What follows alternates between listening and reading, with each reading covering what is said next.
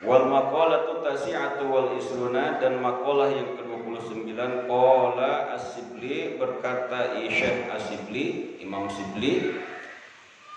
Apa yang dikatakan Imam As-Sibli ini? Idza aradta, apabila engkau menghendaki, antas ta'nisa, ya, ingin tentram hati, billahi, dengan Allah. Ayaskunu qalbuka, yakni ingin tentram hatimu, ma'allahi, bersama Allah, wala yanfiru minhu, dan tidak kabur hati ini, artinya tidak jauh hati ini, minalhu, dari Allah Subhanahu wa taala. Maka apa? Pas tauhis, maka putuskanlah, ya, min nafsika, daripada mencintai hawa nafsumu. Ai fakta mawaddati nafsika, yakni, ya, putuskanlah rasa kecintaan itu terhadap hawa nafsu kita, hawa nafsumu. Jadi kata Imam As-Sibli, kalau kita pengen, ya, hati kita ini tentrem, ya, tenang bersama Allah Subhanahu wa taala, maka kata Imam Sibli, maka putuskanlah rasa cinta ini terhadap hawa nafsu. Jadi jangan ngikutin hawa nafsu.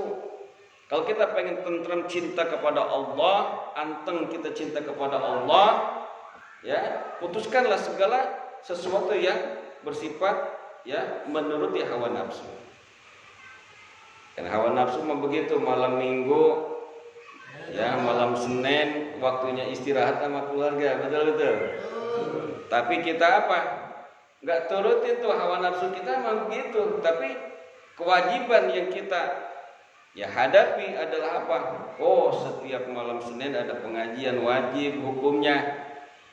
Maka kita kalahkan tuh keinginan hawa nafsu kita. Hawa nafsu nggak begitu. Kapan lagi kita kumpul sama keluarga, kongko, nonton TV, ngopi, ya kan, di rumah. Nah, kita kalahkan tuh hawa nafsu kita. Orang-orang mah Sabtu Minggu terkadang pada jalan-jalan ke puncak, bener gak? Kita mah di masjid aja. Betul. Kita kalahkan tuh hawa nafsu kita. Kenapa? Karena emang kagak punya duit kita. Ya. Kayaknya kalau banyak duit mah nggak tahu Dani. Iya. Emang karena kagak punya duit aja kagak ke puncak, ya, jalan-jalan. Nah, ketahuan. Gitu. Kita kalahkan tuh. Ya, maka kata Imam As-Sibli, kalau kita pengen tentrem hati kita, cinta kepada Allah, tinggalkan, ya, semua yang bersifat mengikuti hawa nafsu, cinta kepada hawa nafsu. Su'ila As-Sibli, maka, ya, suatu ketika ditanya Imam As-Sibli ba'da mautihi, setelah kematiannya, wafatnya.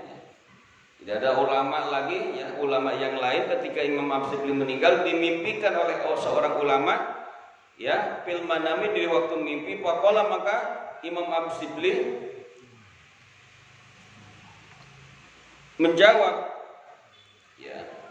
Jadi Imam As-Sibli ini ditanya an halihi, tentang keadaannya fil ma'ad, di alam kubur itu, setelah kematiannya, bagaimana keadaan wahai Imam As-Sibli. Kata seseorang, ya, di dalam mimpi bertemu dengan Imam As-Sibli. Di dalam mimpi dia bertanya kepada Imam As-Sibli nih, seorang ulama juga, wahai Syekh, keadaan kamu bagaimana setelah kematian kamu? Faqala, maka menjawab Imam As-Sibli, qala Allahu li, maka berfirman Allah Subhanahu wa taala kepadaku, ya Abu Bakrin. Ya, jadi Imam As-Sibli ini namanya Abu Bakrin. Atadri, apakah engkau tahu, bima ghafartu laka, dengan sebab apa aku mengampuni wahai As-Sibli? Jadi Imam As-Sibli ditanya sama Allah, diceritakan di dalam mimpi ini seseorang, ya, ketika itu, ya, di dalam mimpi bertemu dengan As-Sibli setelah kematiannya atau wafatnya Imam As-Sibli. Ditanya Imam As-Sibli oleh Allah, wahai Sibli, dengan sebab apa engkau aku ampuni wahai Imam Sibli?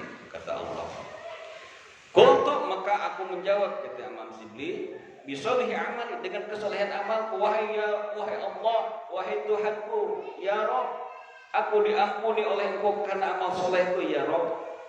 Qala, maka berfirman Allah, la, bukan Sibli, bukan karena amal solehku. Masya Allah. Padahal ulama wali beliau, ulama besar. Maka ketika ditanya oleh Allah, sebab apa engkau diampuni? Kata Imam, kesolehan amalku ya Rob. Qala, la, bukan Sibli, bukan itu. Qultu, maka aku bertanya, ya, qultu, maka aku berkata, ya, menjawab lagi, oh kalau bukan karena amal solehku, ikhlasi ubudiyati, itu sebab ikhlas ibadahku ya Rabb kepadamu. Qala, maka Allah pun berfirman, la, bukan juga Sibli, bukan. Nah, ikhlas ibadah bukan, kata Allah. Qultu, maka aku pun berkata kembali, bihaji wa sumi wa sholati, dengan sebab hajiku ya Rabb, dengan sebab puasaku ya Rabb, dengan sholatku ya Rabb. Qala, Allah pun berfirman kembali, la, bukan juga karena ibadah hajinya, bukan karena puasanya, bukan karena sholatnya diampuni dosanya Imam Sibli ini. Qultu, aku berkata kembali, bihijrati, dengan hijrahku ya Rabb, lisolihina, kepada orang-orang soleh. Nah sekarang kan lagi trending tentang masalah hijrah, artis-artis hijrah, ya, orang-orang hijrah, ada perkumpulannya bagus. Jangan kita nyinyirin orang hijrah, orang insaf, ya kan, belajar agama. Terkadang ada orang nyinyirin aja, nyinyir kerjanya. Iya, orang hijrah dinyinyirin. Ya. Wahai Rabb, aku diampuni itu dengan sebab aku hijrah kepada orang-orang soleh. Walitolibil ilmi, dan juga karena sebab aku mencari ilmu. Qala, la, bukan juga wahai Sibli, kata Allah, bukan karena engkau hijrah kepada orang-orang soleh, bukan karena engkau rajin ngaji, bukan. Nah, jangan pakai dalil juga nih, entar. Imam Sibli aja ngaji rajin, ya, bukan sebab itu masuk surga diampuni dosanya oleh Allah, bukan begitu. Ini nanti endingnya apa? Qultu ilahi fabima, maka aku pun berkata kembali, Imam Sibli, ilahi, wahai Tuhanku ya Rabb, fabima, dengan sebab apa? Atau kalau begitu ini bukan, itu bukan. Kata Imam Sibli bingung dia. Jadi ditanya tentang sebab diampuni dosa-dosanya, dikatakan dengan apa tadi? Ya, dengan kesolehan amalku, dengan ikhlas ibadahku, dengan hijrah, ya, dengan haji, puasa, sholat, hijrah, mencari ilmu. Bukan, semua itu bukan yang menyebabkan diampuni dosanya oleh Allah. Lalu dia penasaran, ya Imam Sibli, ya Rabb, ilahi, kalau begitu sebabnya apa dong? Jadi kepo, jadi pengen tahu nih apa. Pokoknya maka berfirman Allah Subhanahu wa taala, atadzkuru, ya, apakah engkau ingat, hina kunta, ketika engkau tamsi, berjalan, bidar bil Baghdad, yaitu di satu jalan di kota Baghdad. Fawajadta hirratan sagiratan, maka engkau menemukan seekor anak kucing yang kecil, ya. Qad ad'afa hal barradu, yang telah melemahkan ini kucing musim dingin. Jadi di musim dingin ada seekor kucing di satu jalan ditemukan oleh Imam Sibli sedang kedinginan, ya, enggak makan, kedinginan. Wahiyat tanjawi, dan dia itu sedang meringkuk, ngarengkol, meringkuk, itu kucing di pinggir jalan kedinginan, ya. Min siddatihi, karena sebab dinginnya itu cuaca. Fakhaddaha, maka engkau mengambilnya ini kucing, rahmatan, dengan rasa kasih sayang, laha, kepada ini kucing. Lalu diambil oleh Imam Sibli ini kucing yang sedang meringkuk di pinggir jalan karena kedinginan, dimasukin ke bawah. Ada khaltaha, lalu engkau masukkan ini kucing, piparwin, ke dalam kantung. Karena alaika, yang ada padamu, wikoyatan, sebagai perlindunganlah kepada ini kucing. Karena kasihan ini kucing, ya dimasukin ke dalam tasnya Imam Sibli. Fakultu, maka aku pun menjawab, na'am, betul ya Rabb, aku ingat. Wa qala ta'ala, maka berfirman Allah Subhanahu wa taala, bi rahmatika, dengan sebab kasih sayangmu, litilkal khirrah, kepada ini kucing, rahimtuka, maka aku pun mengasihimu wahai Sibli. Masya Allah. Kita Imam Asibli mengasihi, ya, menyayangi seekor kucing, Allah ampuni dosanya. Apalagi kalau kita menyayangi manusia, apalagi ada orang Islam yang kelaparan. Ya, di musim begini kan banyak orang kelaparan, orang kesusahan. Nyayangi seekor kucing aja Allah ampuni dosanya Imam Asibli. Ternyata dosanya Imam Asibli diampuni oleh Allah bukan karena ibadahnya, ikhlas amalnya, zakat, puasa, hajinya, sholatnya, bukan karena dia hijrahnya kepada orang-orang soleh, bukan karena dia rajin ngaji. Ternyata diampuni dosanya oleh Allah ketika Imam Asibli menyelamatkan seekor kucing ketika musim dingin di satu jalan. Masya Allah. Ya, Masya Allah. Menyayangi, menyintai seekor kucing aja sampai begitu, apalagi kalau menyintai zuriyah Nabi. Zuriyah Nabi yang sedang dizolimi, ya kan, disakiti, lebih-lebih mungkin ya. Seekor anjing aja yang cinta sama orang soleh, ya, masuk surga. Tahu nggak? Anjing Ashabul Kahfi, anjing cinta sama Ashabul Kahfi, orang-orang soleh, ditungguin sama ini anjing, saking cintanya sama majikannya, masuk surga itu anjing. Apalagi kita cinta sama zuriyah Nabi, cinta sama ulama, cinta sama habaib, lebih, ya kan? Anjing aja begitu. Kita apalagi orang beriman, ya, orang beriman. Jadi dengan mencintai, menyayangi seekor kucing, Imam Asibli diampuni dosa-dosanya oleh Allah. Dan juga karena kita pernah dengar cerita juga ketika Imam Al-Ghazali, ya, ketika beliau sudah wafat, ditanya juga tentang keadaannya Imam Al-Ghazali ini, kenapa? Ya, engkau setelah kematian diperlihatkan, ya, dimimpikan bahwa Imam Al-Ghazali mendapatkan kenikmatan yang luar biasa. Ya, kenikmatan dari Allah. Ditanya, dengan sebab apa engkau wahai Imam Al-Ghazali mendapatkan kenikmatan ini? Apakah karena juhud kamu? Apa karena ilmu kamu wahai Imam Al-Ghazali? Ternyata bukan. Suatu ketika Imam Al-Ghazali kan ahli kitab, tukang nulis kitab, ya, banyak karangan-karangan beliau, karya-karya beliau, termasuk kitab yang fenomenal yaitu kitab Ihya Ulumuddin. Beliau ketika nulis satu kitab, ini di tintanya ini neplok lalat, ngisap itu tinta. Imam Al-Ghazali kagak jadi nyelupin itu penanya. Kenapa? Takut mengganggu ini lalat yang sedang minum di atas tintanya. Dia biarin ngeliatin sama Imam Al-Ghazali. Udah kenyang, terbang itu lalat. Ternyata itu yang menyebabkan mendapatkan kenikmatan Imam Al-Ghazali, bukan karena ilmu beliau. Masya Allah. Nah, maka kita bersifatlah rahman, ya, kasih sayang, menyayangi sesama manusia, menyayangi sesama makhluk.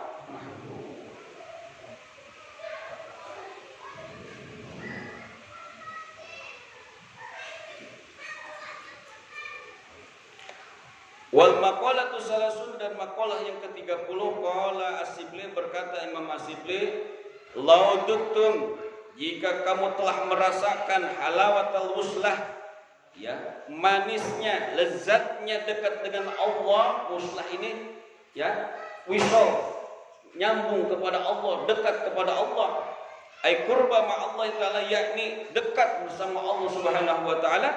La araftum, maka engkau akan mengetahui miraratal qati'ata, pahitnya bagaimana jauh dari Allah Subhanahu wa taala.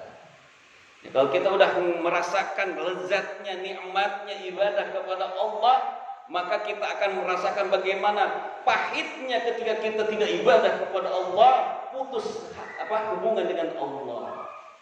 Ini kalau orang udah istiqomah, udah rajin ibadah, rajin ngaji tiap malam Senin, ketika suatu hari dia kagak ngaji, nyesel, kayaknya rugi, begitu tuh. arti daripada makalah ini apa?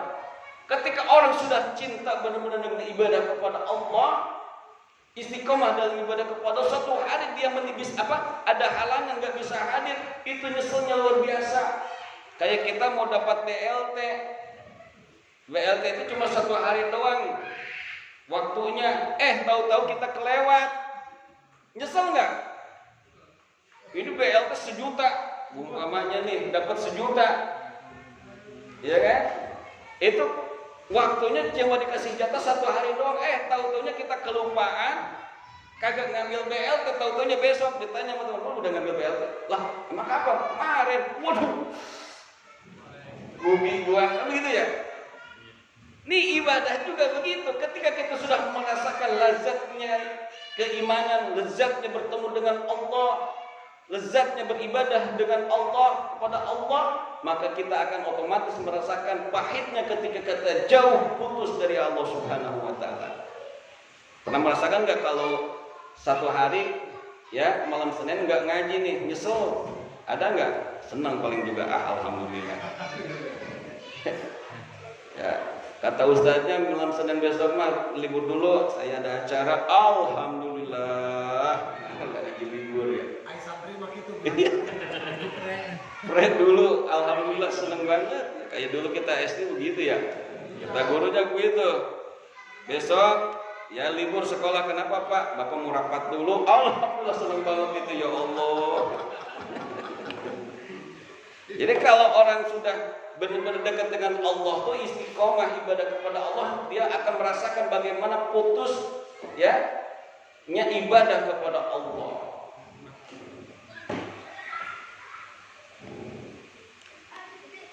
Aibu'da anhu ta'ala, ya ini jauh daripada Allah Subhanahu wa ta'ala. Fa innahu, karena sesungguhnya ya jauh daripada Allah Subhanahu wa ta'ala itu adzabun azimun, adalah suatu azab yang besar, kerugian yang besar. Ketika kita jauh dari Allah, putus dari Allah, itu adalah merupakan suatu kerugian yang sangat besar. Kalau kita usaha rugi itu belum seberapa, tetapi kalau kita putus hubungan dengan Allah, itu adalah yang merupakan musibah, rugi, azab yang paling besar dari Allah Subhanahu wa taala. Ya. Adzabun azimun adalah suatu azab, ya, musibah yang sangat besar inda ahlillahi ta'ala, menurut pandangan ahli Allah Subhanahu wa ta'ala, menurut orang-orang yang benar-benar makrifat kepada Allah itu, ya itu merupakan suatu azab yang besar, kerugian yang besar. Kalau kita memang belum merasakan kali kerugian seperti itu, anteng-anteng aja, kagak ngaji, anteng deh. Ya ada pengajian, ada di rumah nggak ada kegiatan apa-apa, diam aja di rumah, kagak nyesel. Ya beda dengan orang-orang yang sudah benar-benar makrifat kepada Allah, cinta kepada Allah, dia ibadah itu ya akan benar-benar dia rasakan lezatnya. Maka ketika dia tidak merasakan lezatnya ibadah kepada Allah, maka dia akan merasakan pahitnya begitu putus ya hubungan dengan Allah Subhanahu wa taala. Wa kana min du'aihi sallallahu alaihi wasallam, dan adalah di antara doanya Rasulullah sallallahu alaihi wasallam, Allahumma rzuqni lazzatan nadri ila wajhikal karim wa sauqa ila liqa'ikal karim. Itu ya doanya daripada Rasulullah, Allahumma rzuqni lazzatan nadri ila wajhikal karim wa sauqa ila liqa'ik. Artinya ya Allah, Allahumma ya Allah, urzuqni, berikanlah rezeki kepadaku. Rezeki apa? Ladatan nadri, rasa enaknya melihat, ila wajhikal karim, kepada wajahmu yang maha mulia ya Rabb, wa sauqa ila liqa'ika, dan rasa rindu untuk bertemu dengan Engkau wahai Rabb. Doanya Rasulullah itu jadi meminta rezeki, bukan rezeki harta. Apa? Rezeki pengen melihat wajah Allah Subhanahu wa taala yang mulia, pengen bertemu dengan Allah yang maha mulia. Doanya begitu Rasulullah. Nah kita apa? Ya kita pengen ya diberikan rezeki oleh Allah. Rezeki apa? Pengen bertemu dengan Rasulullah. Kita juga. Kalau Allah, kalau Rasulullah wajar pengen bertemu dengan Allah, pengen melihat Allah. Kalau kita mah pengen berlihat dengan Rasulullah.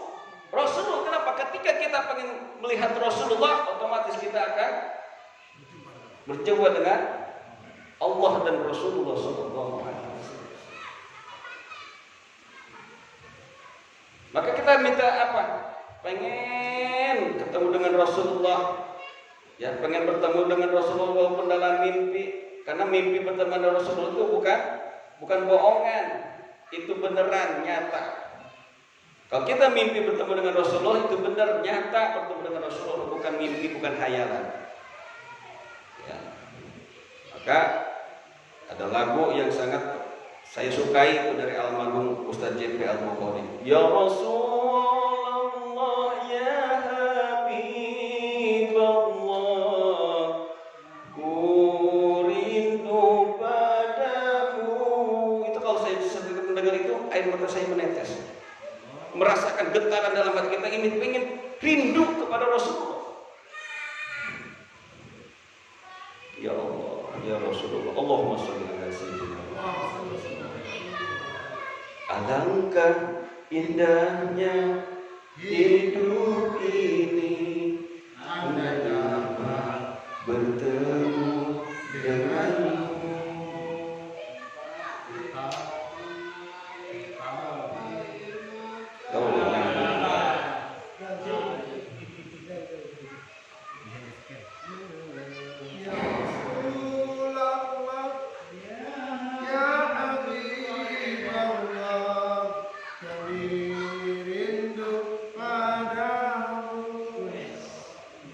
Setiap mendengar lagu itu saya meneteskan air mata, merasakan kerinduan hidup kepada Rasulullah.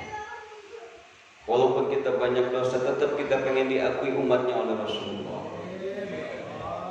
Walaupun kita seperti ini, taat kita kepada Allah, tapi tetap kita pengen bersama dengan Rasulullah.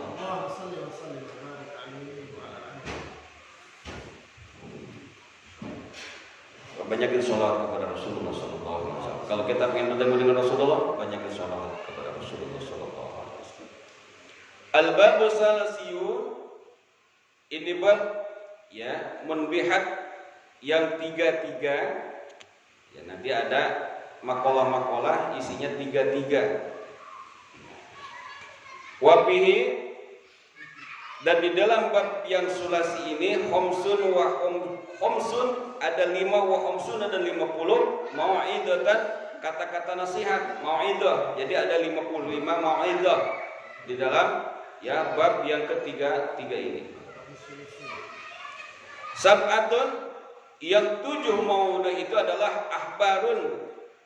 Isinya adalah hadis-hadis Nabi. Ahbar itu hadis Nabi. Wal baki, dan sesisanya asarun adalah asar-asar para sahabat. Itu makalah-makalah ucap-ucapannya para sahabat. Al-maqalatu ula, dan makalah yang pertama, ruwiya, diriwayatkan anin Nabi sallallahu alaihi wasallam, daripada baginda Nabi besar Muhammad sallallahu alaihi wasallam, annahu qala, bahwasanya beliau bersabda, man asbaha, barang siapa yang di pagi hari, dakhala fi waqti shobah, yaitu masuk di dalam waktu subuh, waktu pagi, wa huwa yasku, sedangkan ia sedang mengadu, menceritakan ilan nasi, kepada manusia, bi komasi, tentang sempitnya, susahnya hidupnya, maka annama yasku rabbahu, maka sama dengan menceritakan Tuhannya. Jadi kalau kita pagi-pagi ini udah nyeritain kesusahan sama orang lain, ya Allah, ngabang sih baru ngeluh-ngeluh, iya susah banget hidup, kesana mentok, kesini mentok, pagi-pagi udah ngomong gitu sama manusia tuh, sama teman kita, sama manusia, ya ngomong gitu, pagi-pagi udah ngomongin kesusahan, sama itu sama dengan ngomongin Allah. Ayo, pernah begitu nggak? Kita pagi-pagi jangan ngeluh. Pagi-pagi gak boleh ngeluh, jangan menceritakan kesusahan kita kepada manusia. Kenapa? Itu sama dengan ngadu Allah. Sama kayak kita kerja nih, ya kerja. Suatu ketika kita ngomongin tentang kecilnya gaji kita kepada orang lain, itu sama dengan ngomongin bos kita. Gitu. Nih kita nih lagi pagi-pagi nyeritain kesusahan kita sama dengan nyeritain Allah, jelekin Allah. Ngerti nggak? Paham? Kita kerja nih, dapat gaji. Kita omongin gaji kita sama orang lain, ngeluh tentang gaji kita yang kecil, sama dengan nyeritain bos kita, perusahaan kita, gitu. Ini juga begitu, ketika kita pagi-pagi udah nyeritain kesusahan sama orang, sama dengan ngadu domba Allah. Wasikaya tuh dan sikaya itu apa? Mengeluh. Ya, mengeluh, la yaliku, tidak pantas ya ilallahi, kecuali hanya kepada Allah.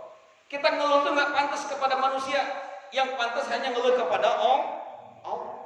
Maka pagi-pagi diajarkan oleh Rasulullah, bahkan fadilahnya luar biasa. Habis sholat subuh jangan langsung pergi kalau nggak ada kegiatan, nggak ada acara. Zikiran dulu sampai terbitnya matahari. Maka ketika kita sudah selesaikan zikir kita, ada ya, kalau di jadwal-jadwal tuh ya, jam-jam yang ada itunya, itu waktu isyraq namanya.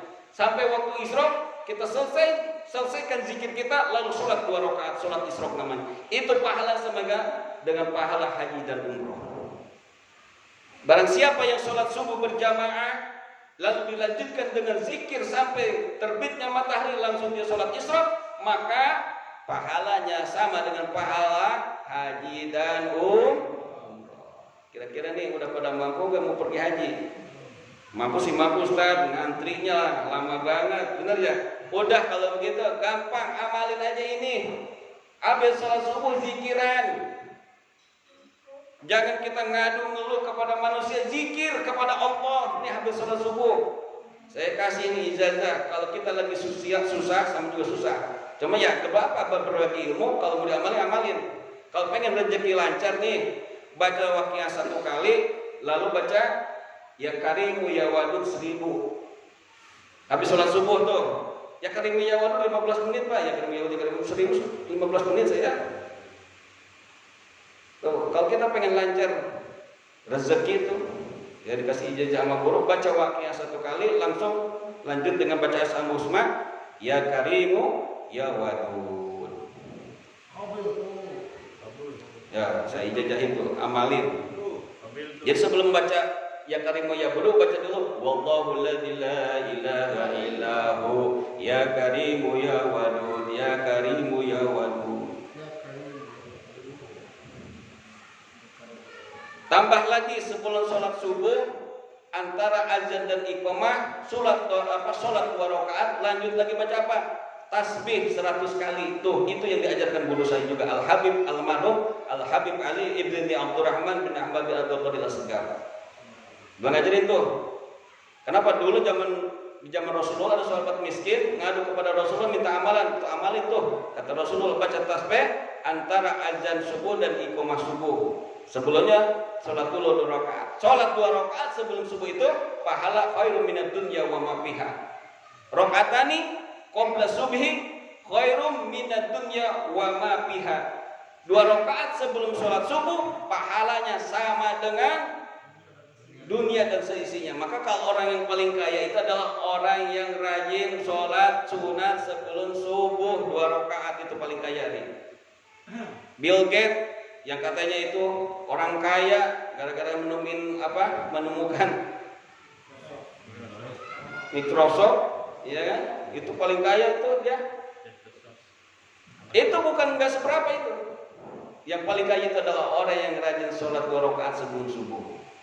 Karena pahalanya khairum minad dunya wa ma fiha, lebih bagus daripada dunia dan seisinya. Baca apa? Tasbihnya apa? Subhanallah wa bihamdihi, subhanallahilladzim, astagfirullah, subhanallah wa bihamdihi, subhanallahilladzim, astagfirullah. Baca 100 tuh. Makanya supaya enggak kaget tinggalan, bangunnya jangan habis udah pas azan subuh. Udah mau qomat baru ke masjid. Ya udah wassalam, kagak kebagian itu. Ya. Hidup susah tapi ibadah terkadang kita kendor. Kencengin ibadah kita, baca tuh. Saya kasih ijazah. Ya. Sebelum subuh, setelah azan subuh, ya kan kita sholat sunat tuh. Habis sholat sunat 2 rakaat baca itu tasbih subhanallah wa bihamdihi subhanallah la ilaha illallah subhanallah wa bihamdihi subhanallah la ilaha illallah. Maka setelah sholat subuh lanjutkan lagi. Zikir baca Waqiah 1 kali, baca Asmaul Husna ya Karimu ya Wadud 1000 kali. 1000 kan? Sebentar itu. Ya Karimu ya Wadud, jangan lihat 1000. 1000. Jangan lihat 1000-nya. Baca cepat kok 15 menit. Saya itu 15 menit ngamalin itu. Ya Karimu ya Wadud itu. Tapi sebelumnya baca dulu wallahu la ilaha illahu. Kalau udah dapat ilmu diamalin silahkan. Sama-sama kita belajar ya, mengamalkan ilmu.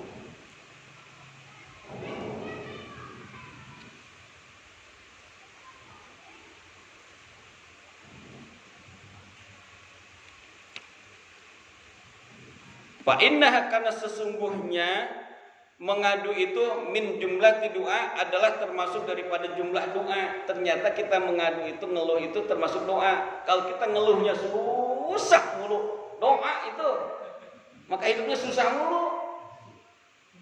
Maka kalau ditanya gimana lo ya, alhamdulillah ya, gitu aja ya, alhamdulillah dong. Ditanya sama orang kesempatan biar dikasihani sama orang lain, susah banget gua hidup ini ya Allah. Jangan, doa itu ternyata. Nah di sini Pak Inah, karena sesungguhnya si kaya itu, ya si kaya mengadu mengeluh itu min jumlah doa adalah termasuk daripada jumlah doa. Jangan-jangan ya kita ngedoain diri kita sendiri kalau begitu. Kantong nggak sehat. Iya. Ama si kaya tu ilan nas, adapun keluhan kepada manusia itu fahiyah, maka adalah itu keluhan min alamati adami ridho, yaitu dengan termasuk daripada ciri-ciri tanda-tanda tidak ridho bi kismatillahi taala, dengan bagian daripada Allah Subhanahu wa taala kepadanya.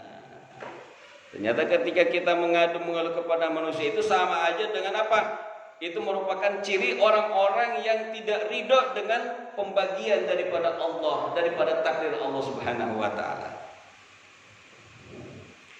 Kama ruwiya an Abdullah bin Ibni Mas'ud, sebagaimana hadis diriwayatkan oleh Abdullah bin Mas'ud, qala, dia berkata, qala Rasulullah sallallahu alaihi wasallam, bersabda Rasulullah sallallahu alaihi wasallam, ala, apakah engkau uallimukum, ya, apakah engkau tidak mau aku ajarkan kepadamu al-kalimati, beberapa kalimat, ya, Allah tatakallama, yang mana berkata biha dengan itu kalimat Musa alaihissalam, Nabi Musa alaihissalam.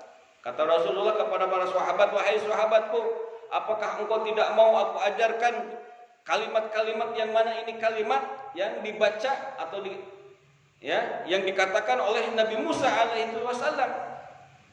Hina jawajal bahra, ketika melewati lautan, ya, ma'a Bani Israel, bersama dengan Bani Israel. Jadi ketika Nabi Musa menyeberangi lautan ketika dikejar oleh Fir'aun, ini Nabi Musa ya ngomong sama sahabat-sahabatnya, sama umatnya yang ikut dengan rombongan Nabi Musa alaihi salam. Faqulna, maka ini Ibnu Mas'ud, ya, maka aku menjawab, itu Ibnu Mas'ud menjawab, bala, mau ya Rasul, ya, kita boleh bala, mau ya Rasul. Bala ya Rasulullah, mau ya Rasulullah. Qala, maka Rasulullah sallallahu alaihi wasallam bersabda, qulu, maka ucapkanlah oleh kalian, Allahumma lakal hamdu wa ilaikal mustaka wa antal musta'an wa la haula wa la quwata illa billahil aliyyil azim. Itu baca tuh.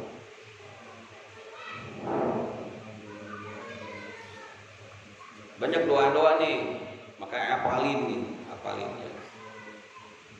Qulu, maka ucapkanlah oleh kalian, Allahumma ya Allah, laka, hanya bagimu alhamdu, segala puji, wa ilaika, dan kepadamu al-mustaka, tempat mengadu, wa antal musta'anu, dan hanya kepadamu aku memohon pertolongan, wala haula, dan tidak ada daya upaya, wala quwata, dan tidak ada kekuatan, illa billahil aliyyil azim, kecuali dengan pertolongan Allah yang maha agung. Ini doanya. Maka kalau doa itu awali dengan pujian dulu. Ini sunnah. Awali doa itu dengan pujian, jangan langsung minta aja. Kalau enaknya doa itu emang pakai bahasa Arab. Jangan ini mas sekarang ada yang memframing bahwa orang yang rajin belajar bahasa Arab itu termasuk daripada tanda-tanda teroris, katanya begitu, Paul. Yang ngomong pakar Intel. Lah terus kalau orang yang belajar bahasa Inggris, bahasa yang lain emang enggak menjadikan ciri-ciri orang radikal apa? Ini dikait-kaitkan dengan Islam mulu heran zaman sekarang. Itu pakar Intel ngomong di antara tanda-tanda bini-bini teroris itu adalah belajar bahasa Arab, katanya bini. Masya Allah. Ini kalau yang ngomong orang Islam, dia nggak percaya bahwa nanti di akhirat di surga itu pakai bahasanya bahasa Arab. Iya, ketika kita nanti di surga ngomong ini bukan pakai bahasa Gunung Sindur, pakai bahasa Arab, maka jangan benci-benci amat sama Arab. Apa sih salahnya Arab? Ini orang-orang terkadang ngaitin sama Arab mulu. Giran bantuan perlu sama Arab. Haji ke Arab. Iya aneh saya. Quran bahasanya bahasa Arab. Nabi kita Nabi Muhammad adalah keturunan orang Arab. Tapi ini ada orang-orang yang selalu membenci Arab. Apa sih lu? Emang Islam langsung turun di Indonesia gitu? Islam itu turunnya di Arab, mau nggak mau, suka nggak suka, Islam itu asalnya dari Arab. Kenapa? Karena turunnya di Arab, yang bawa siapa? Orang Arab, Rasulullah Sallallahu Alaihi. Hati-hati kita nih. Jangan kita bentur-benturkan kecintaan kita kepada negara ini dengan kebencian kepada orang Arab. Apa hubungannya? Gak ada hubungannya. Kadang kesel kalau ngomong gini. Pengaruh lapar juga kayaknya ini. Kalau udah ngomong gitu, kadang dibentur-benturin antara nasionalis dengan cinta kita kepada Arab. Masya Allah. Udah jelas almarhum Kiai Maimun Zubair juga begitu. Orang yang benci sama orang Arab haram masuk surga, kata almarhum Kiai Haji Maimun Zubair. Mbah Maimun tuh ngomong begitu. Ini kok anak-anak sekarang, orang-orang sekarang ngaji gak seberapa, ilmu gak seberapa, udah berani menghina Arab. Kadrun lah apalah. Saya mah kalau benar-benar dibilang kadrun, ya bilang aja kadrun, saya senang dibilang kadrun. Gak apa-apa saya bilang. Ini hati-hati nih kita, jangan sampai membenci ya orang-orang Arab. Kenapa? Mau nggak mau, suka nggak suka, Rasul kita adalah orang Arab. Kitab sucinya juga kita suci bahasa. Nanti juga di surga kita akan berkomunikasi dengan bahasa. Ya, walaupun sekarang nggak bisa bahasa Arab diri, tadi di surga pakai bahasa Arab ente. Ya, iya, masya Allah. Allahumma lakal hamdu wa lakal mustaka wa antal musta'an wa la hawla wa la quwwata illa billah. Maka awali dengan baca alhamdulillah. Pujian, maka doa itu enaknya pakai bahasa Arab. Kalau langsung bahasa Indonesia terkadang ya Allah, langsung ya Allah aja. Enggak muji dulu, benar enggak? Ya bukan saya merendahkan, bukan. Bagusnya begitu, adabnya, sunahnya begitu. Doa itu awali dengan pujian dulu. Kita juga kalau mau minta sama orang, nggak usah langsung minta aja, dipuji dulu dong, biar keluar. Bos hebat ini, benar-benar nggak ada bos kayak bos. Nah lama-lama ngomong bos ada duitnya, ya gitu, ya kan? Dipuji dulu. Ini sama Allah pun kita minta, maka alhamdulillah dulu. Maka awali kita pujian, doa dengan pujian kepada Allah. Alhamdulillah, maka disini Allahumma lakal hamdu, itu pujian. Ya Allah, hanya kepadamu ini segala puji. Rasulullah mengajarkan begitu. Maka akhiri juga dengan puji, doa, dengerin doa. Kalau doa itu pasti diawali dengan alhamdulillah dan sholawat, diakhiri dengan alhamdulillah dan sholawat. Alhamdulillah rabbil alamin. Hamdan yuwaffi ni'amahu wa yukafi. Itu kan alhamdulillah. Langsung baca doa, Allahumma sholli ala sayyidina Muhammad. Diakhiri juga walhamdulillahi rabbil alamin. Diawali dengan tahmid, diakhiri dengan tahmid. Itulah adab berdoa.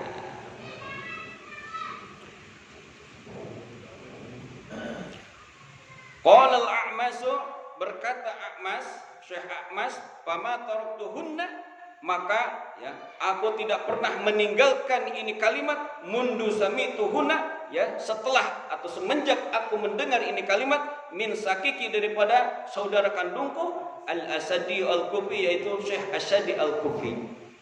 Jadi ini Imam Ahmad ini ketika mendengar ini kalimat, dia gak pernah putus untuk membacanya terus menerus. Kita tuh kalau dapat ilmu begitu amalin nih.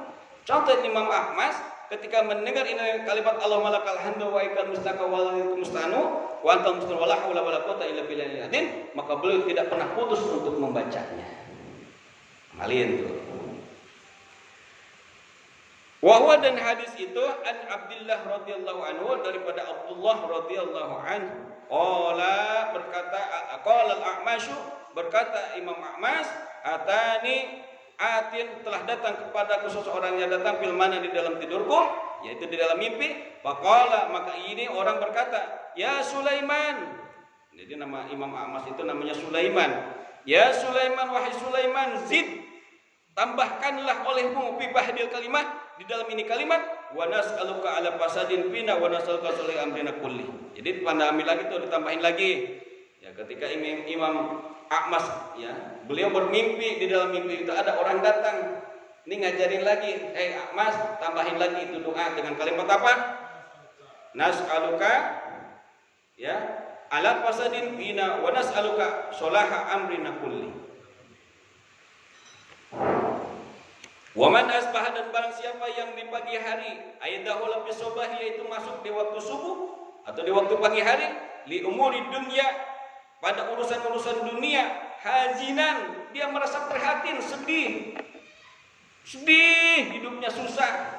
Jadi barang siapa yang di pagi hari dia susah, prihatin, ya, sedih dengan urusan dunianya, faqad asbaha sahidun Allah, maka sama sungguh ia telah menjadi, ya, jadi di pagi-pagi itu orang yang marah kepada Allah.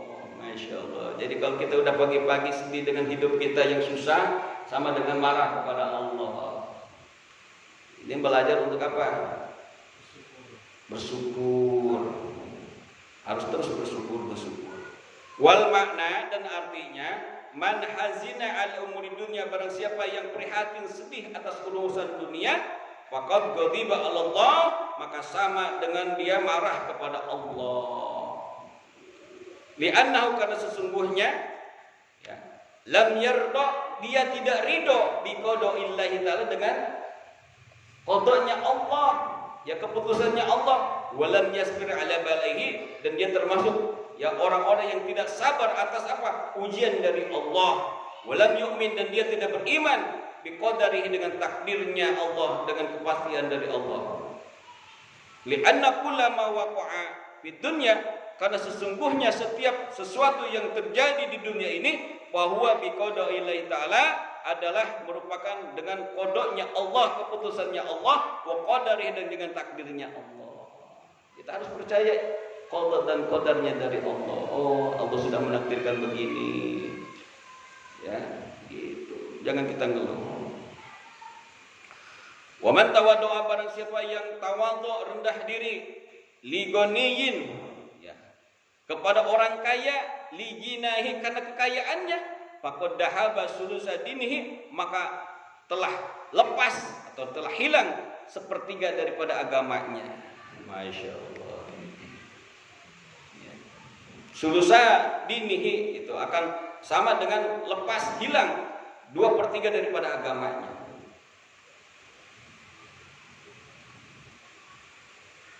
Maka kita kalau ketemu orang kaya, jangan kita merendahkan diri, ya, rendah dirinya karena kekayaannya, bukan karena kesolehannya. Aili ana syariat, karena sesungguhnya syariat agama itu ayyakuna adalah, ya, mengharuskan ta'dibu nasi, mengagungkan manusia itu, li ajli sholihi, karena kesolehannya, wa li ajli ilmi, dan juga karena ilmunya. Duna ta'dimi, tidak boleh atau bukan karena mengagungkannya itu, li ajli mali, karena alat apa? Sebab hartanya, bukan karena hartanya. Jadi kalau agama itu mengharuskan kita hormat kepada orang itu karena apa? Kesolehannya. Lihat ini orang soleh, li ilmi, ilmihi dan juga karena ilmunya, ini orang alim baru kita hormat. Bukan karena hartanya, ini orang tukang mabok, tukang zina, tukang judi. Tapi karena kaya hartanya, sampai cium tangan. Ya, sama ustad, masya Allah boro-boro mau cium tangan, boro-boro mau nundukin badan depan ustad. Kalau depan orang kaya, pejabat, tukang mabuk, tukang zina, tawadu pengar.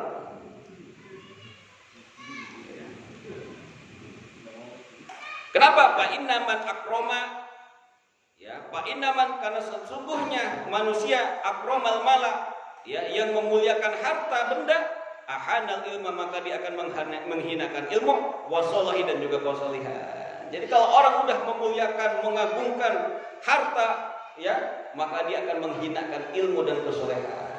Apapun pangkatnya, mau kiai kalau udah cinta harta, hormat sama harta nih, jadi penjilat gitu kiai. Muji-muji, ya kan? Udah hilang kewibawaan ilmunya. Udah hilang pangkat kekiaiannya, udah hilang pangkat keulamaannya. Kalau dia sudah memuliakan harta benda, bagus Pak, udah lanjut Pak, 30 Pak, cakep Pak nih. Tuh hilang ilmunya, dia ngomong kiai. Fikih juga boleh kok kata fikih.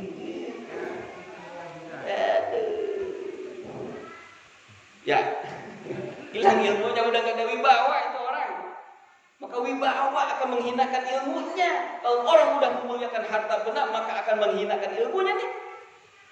Fa inna man akramal mala, barang siapa yang memuliakan harta, ahanal ilma, maka dia akan menghinakan ilmu, wasolahi dan kesolehan. Rajin ibadah, kalau udah cinta harta, udah gak ada, hilang. Mau lagu apa lu? Kayaknya kita jangan sampai jadi orang penjilat. Kalau udah jadi penjilat, hilang ilmunya, hilang kesolehannya. Yang dulu orang, puji-puji, ini hebat nih kiai sepuh. Udah cinta harta, cinta kedudukan. Sekarang dibully, dihina. Ini akibatnya kalau cinta kepada harta benda akan menghinakan ilmu dan juga menghinakan kesolehan. Udah nggak ada orang memuliakan lagi. Ya kan? Hati-hati.